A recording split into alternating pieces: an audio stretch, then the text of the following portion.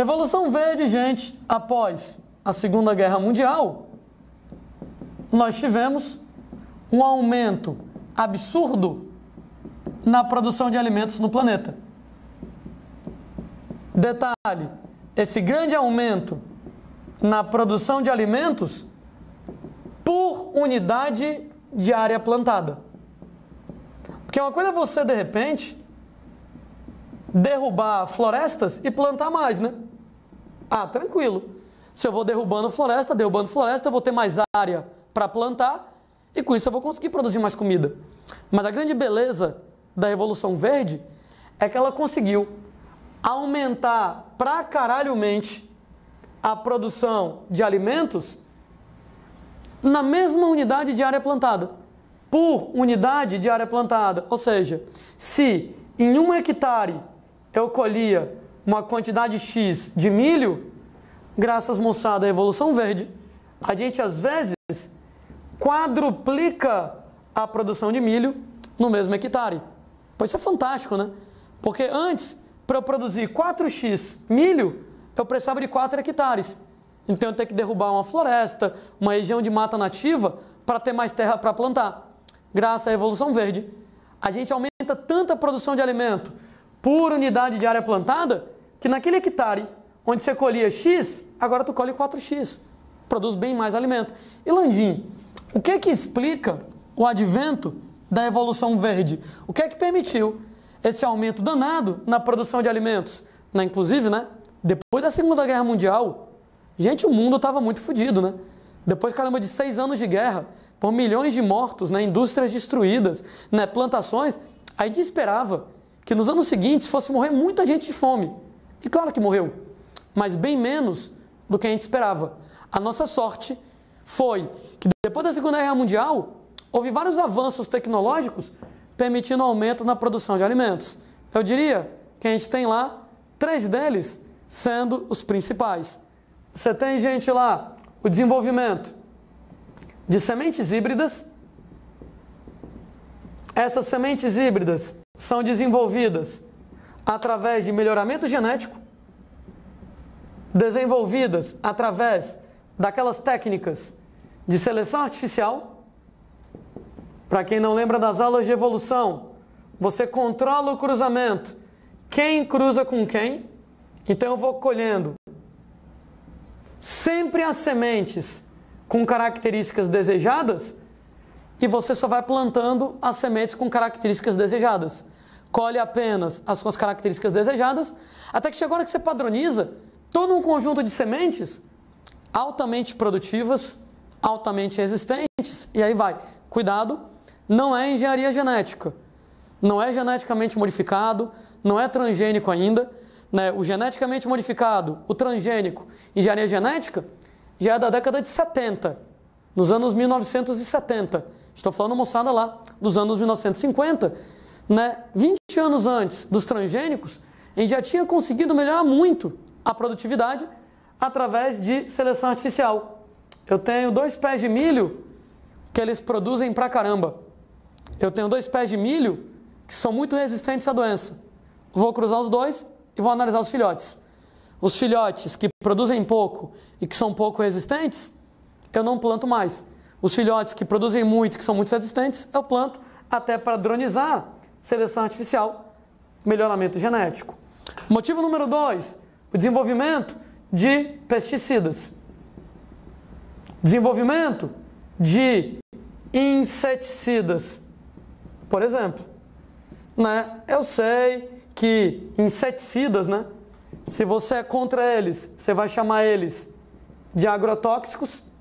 Se você é a favor deles, você vai chamar eles de defensivos agrícolas. Mas, gente, é uma substância química. Uma substância química nem é boa, nem é má. Nem é do bem, nem é do mal. Depende de como você vai usar a substância química. Você tem lá que se você usar demais, em quantidades inadequadas, ou tipos inadequados, pode ser problema, agrotóxicos. Mas se você utilizar nas quantidades corretas, né, o produto correto, é muito interessante.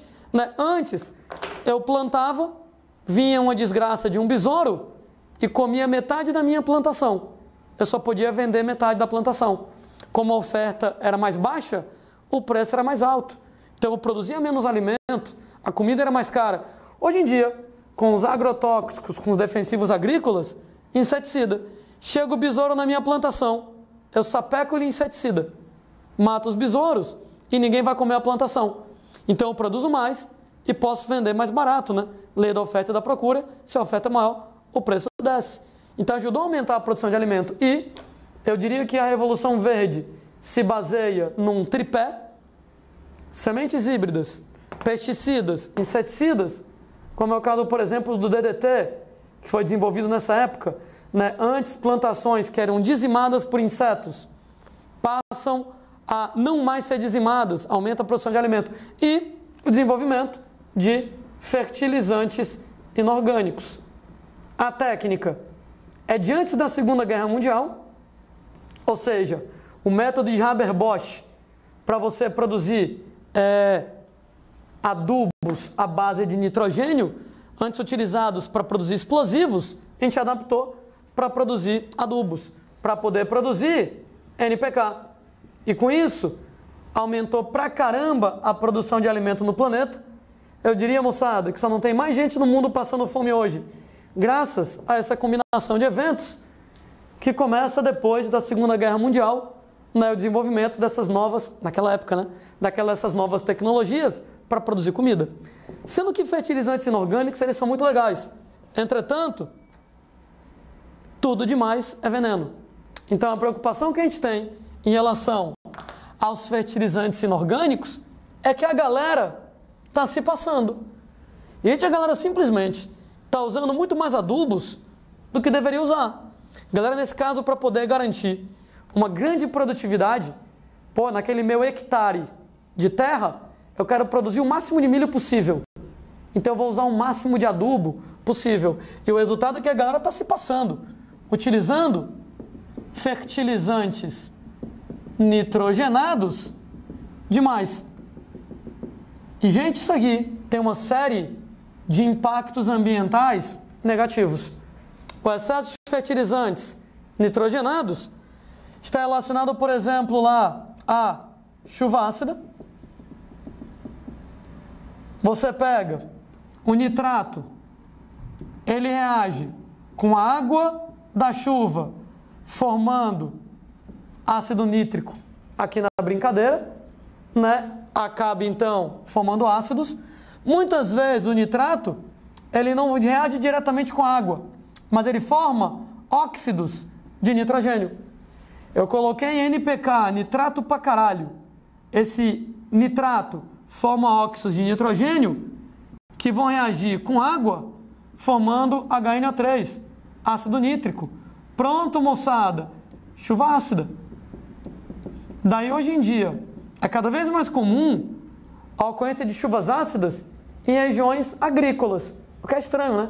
Porque tradicionalmente chuva ácida é de áreas industriais. Mas em áreas agrícolas, onde a moçada se passa e usa adubo demais, chuva ácida pode acontecer. Outro, moçada, problema que a gente pode estar colocando para vocês, diz respeito à intoxicação humana por nitrato. Não sei se alguém vai lembrar das aulas sobre sistema respiratório, mas o nitrato, ele liga no ferro da hemoglobina de modo estável, formando um composto chamado de meta-hemoglobina. O comportamento do nitrato, ele é muito parecido com o comportamento do monóxido de carbono, né? Ele é muito parecido com o comportamento do CO. Ora, tanto a gente falou sobre isso nas aulas sobre o sistema respiratório, como falou nas aulas sobre o ciclo do carbono, que o CO, ele liga no ferro da hemoglobina de modo estável. No caso do CO, o CO forma carboxihemoglobina. No caso do nitrato, chama meta-hemoglobina. Mas, gente, o efeito é o mesmo, né? Assim como quando o CO liga no ferro da hemoglobina de modo estável, forma carboxihemoglobina, ele impede o transporte de oxigênio. E com isso, moçada, ele vai lá, acaba promovendo asfixia lenta e gradual, mas promove asfixia, o nitrato tem o mesmo efeito. Então, em áreas agrícolas, onde a galera se passa e coloca mais nitrato do que deveria, coloca nitrato demais, eu tenho esse problema. O nitrato contamina água, contamina alimento, uma fruta, uma verdura, alguma coisa do gênero. O nitrato forma metahemoglobina, não deixa carregar oxigênio no sangue, asfixia lenta. Esse episódio aqui, a intoxicação por nitrato. Como o nitrato com hemoglobina se chama de metahemoglobina, chamamos esse episódio de metahemoglobinemia. E, gente, um terceiro problema que está relacionado com o uso excessivo de fertilizantes nitrogenados, além de chuva ácida, além da intoxicação por nitrato, diz respeito à eutrofização. Eutrofização é uma coisa tão importante que a gente já falou dela uma vez nas aulas sobre algas. Estou falando agora, ainda vou falar uma terceira vez. Eutrofização diz respeito lá ao aumento na quantidade de nutrientes em ecossistemas aquáticos. Sendo, gente, que quando a gente fala nesses nutrientes em ecossistemas aquáticos, não estou falando de glicose, não estou falando de proteína, nem de lipídio, nutrientes minerais. Estou falando de NPK aqui na brincadeira. Quando você tem o aumento do NPK em ecossistemas aquáticos, chamamos isso de eutrofização. E qual é mesmo, gente, o problema por trás disso? Bom, como eu falei, já tinha descrito antes, vou descrever agora e ainda vou descrever de novo para a gente fixar bem essa ideia. Volto a dizer, uma das ideias mais exploradas em qualquer vestibular, né? Na prova do Enem, bem dizer, toda prova do Enem cai uma questão sobre eutrofização. Você conta nos dedos as provas do Enem, onde não se fala nada sobre eutrofização. Tem 3 eventos que podem causar eutrofização. Número 1, o excesso de fertilizantes nitrogenados, ou seja, o excesso de NPK.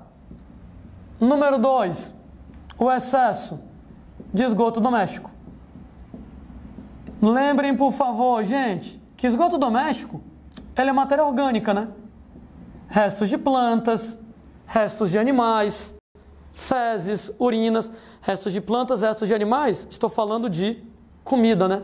Restos de comida, fezes, urina, sendo, cara, que quando você tem essa matéria orgânica, isso aqui é decomposto pelos decompositores, você vai pegar, por exemplo, ureia, ácido úrico, e vai liberar, por exemplo, amônia, né? Vai liberar, por exemplo, amônia que pode formar nitrato. Tu pega, por exemplo, proteína, tu pega ácidos nucleicos, quando é decomposto, forma amônia, que pode formar nitrato. Então, acaba formando NPK aqui na brincadeira. E o caso de petróleo, né?